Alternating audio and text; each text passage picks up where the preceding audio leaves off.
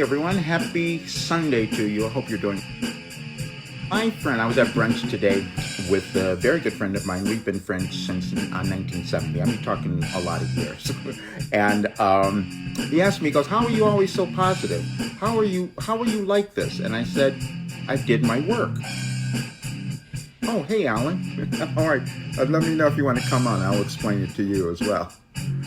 And it is a matter of working with your mind, because that's all that we do, is work with how we're thinking and how we're perceiving, because we're creating our lives. We are creating our lives by the way we choose to perceive, the way we choose to think and process information. That's all that it is. We all are born equal, with the equal ability to live magnificent lives, but we don't come in the same way. We have other things, other baggage that we have brought with us that we have to move through. And sometimes it comes from different places. It comes from our family, sometimes our parents, ancestors, where we grew up, all of those things. But we can always change them. But sometimes they're challenging. I had a whole bunch of them. I had many more difficulties and challenges in my life than most people would ever want to know about, and especially even my family. I had 3 brothers. They didn't have go through that. So why was I so weird? Why did I have to do that? Because it also gave me the ability to develop something that allows other people to bypass everything that I had to go through. And that's what we all do. That's how evolution works. That's what I can come on when you're. I'm ready. You can come on now. You can come on. And so we have a perfect example here with Alan. It's a matter of, and I was talking about this earlier. I was saying, I was listening to Dr. Joe Dispenza, and he talks about this all the time, but he can explain it in all these scientific terms that I have no clue as to what those are. But I can understand them. That's what happened. All have something, and mine was just intuitive. That's all. And I posted something yesterday talking about that, because that's how I created everything I've done, all the work that I've done. Hello, sir. Hello. How are you? Good. How are you? Great. Okay, so I was listening to you. You were listening to Joe Dispenza today. Yes, and I kind of never do that. I've never done. And I'll explain why. I love everything he says now, and I can listen to him now.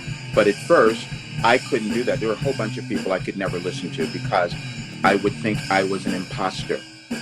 Oh. Because they would be talking about things and saying things that I knew and understood, and I go, why do I know that?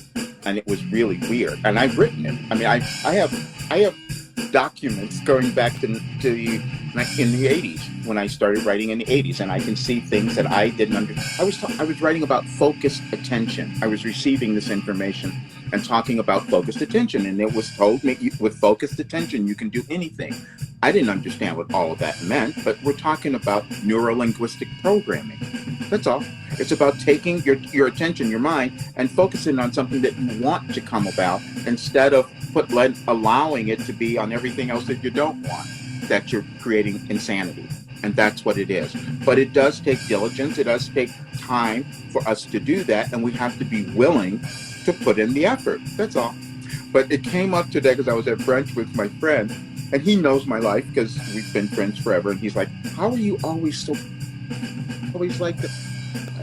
And I had to think about it for a second. But it's because I did what you're doing right now. I did exactly what you're doing, and that is going through and reinterpreting everything about your life. When you think about it, that's exactly what's happening for you as you're going through the work. Yeah, as you do the work, it definitely changes. I mean, I think sometimes you don't even realize it until you've written it down and you've really looked at it. Like, there was certain stuff I had written down years ago, and maybe like a year or two I went back and read it. And as I went back and read it, I was like, the particular stuff I was reading, it was about the relationship with my mother, and I was like, just reading it made me feel bad, because I was like, man, this was the way I used to look at my mom. And and that was even after the fact of some of that, thinking I had moved on from it. Yes. And we all have, and especially during this change, this time in our world, we're going to all see more generational things.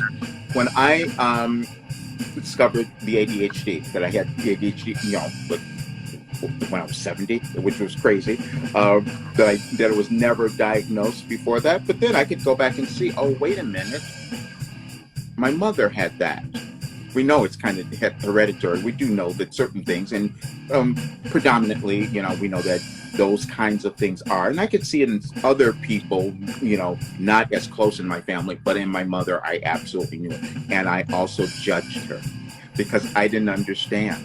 I didn't understand why her behavior was all over the place and she couldn't do certain things and all of that.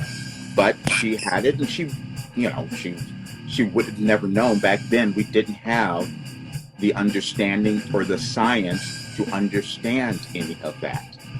So it was, it was there, but nobody had figured it out. We can go back and find records of back in the 1800s or even before that, where seen, because we all have it to a degree of wherever we are on the spectrum, as they call it. It's all the same. It's just that we figure out what we are, what we were born with. That was our authentic selves, and then we discover the ways to make it work. We discover ways to use it to make it beneficial in our life and that in the lives of others, because that's what it happens.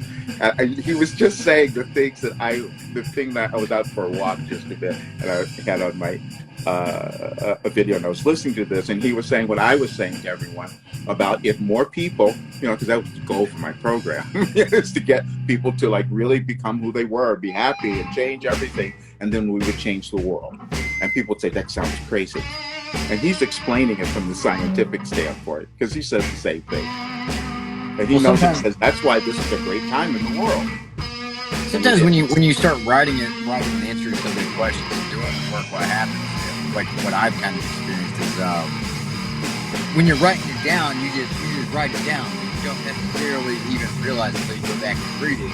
And then when you write down the answers like, well, I consciously sabotage in this way and that way, or I'm thinking this and that. And when you're writing, you don't necessarily see the flaw in the logic that you're operating with. But then when you go back and read it, maybe immediately after, maybe a couple days later or whatever, you start seeing it.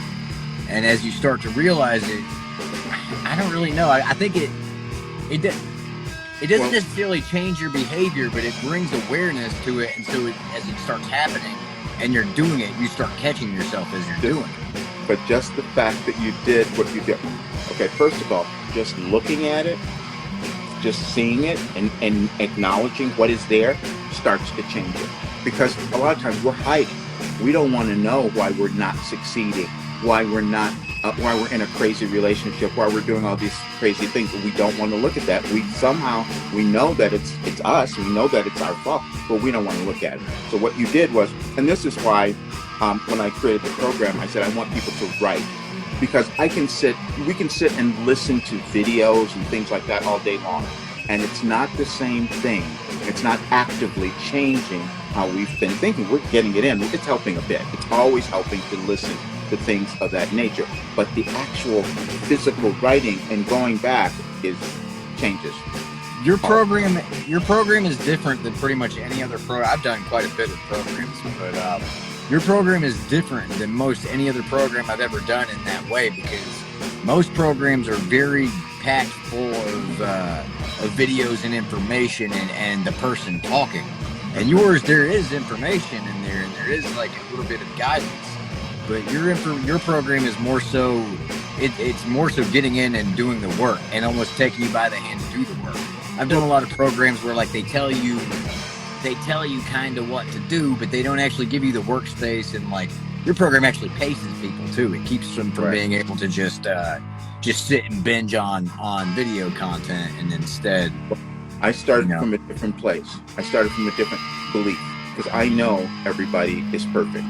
I know everybody has everything that they need. They just don't know that. And so, but if I can give them the questions, and then give them the suggestions where they can start to uncover that and look at it, then they change. And that becomes permanent, you see, because you're not now dependent on listening to someone else, because you're trusting who you are.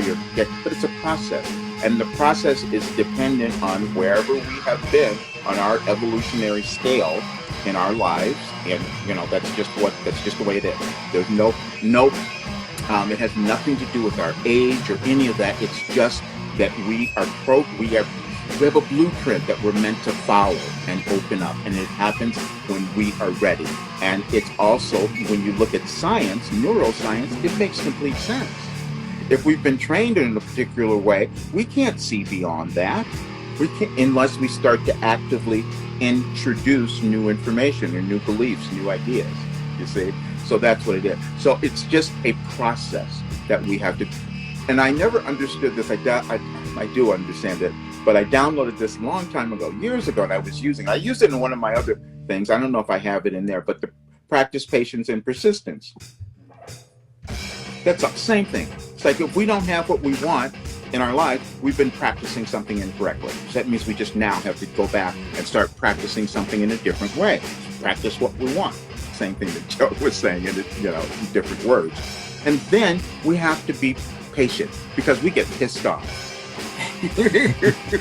Yeah. We'll start to see stuff and we say, how didn't I know that? Why didn't I see that? And you go, okay, wait, just allow that to be okay. Because that is what will happen.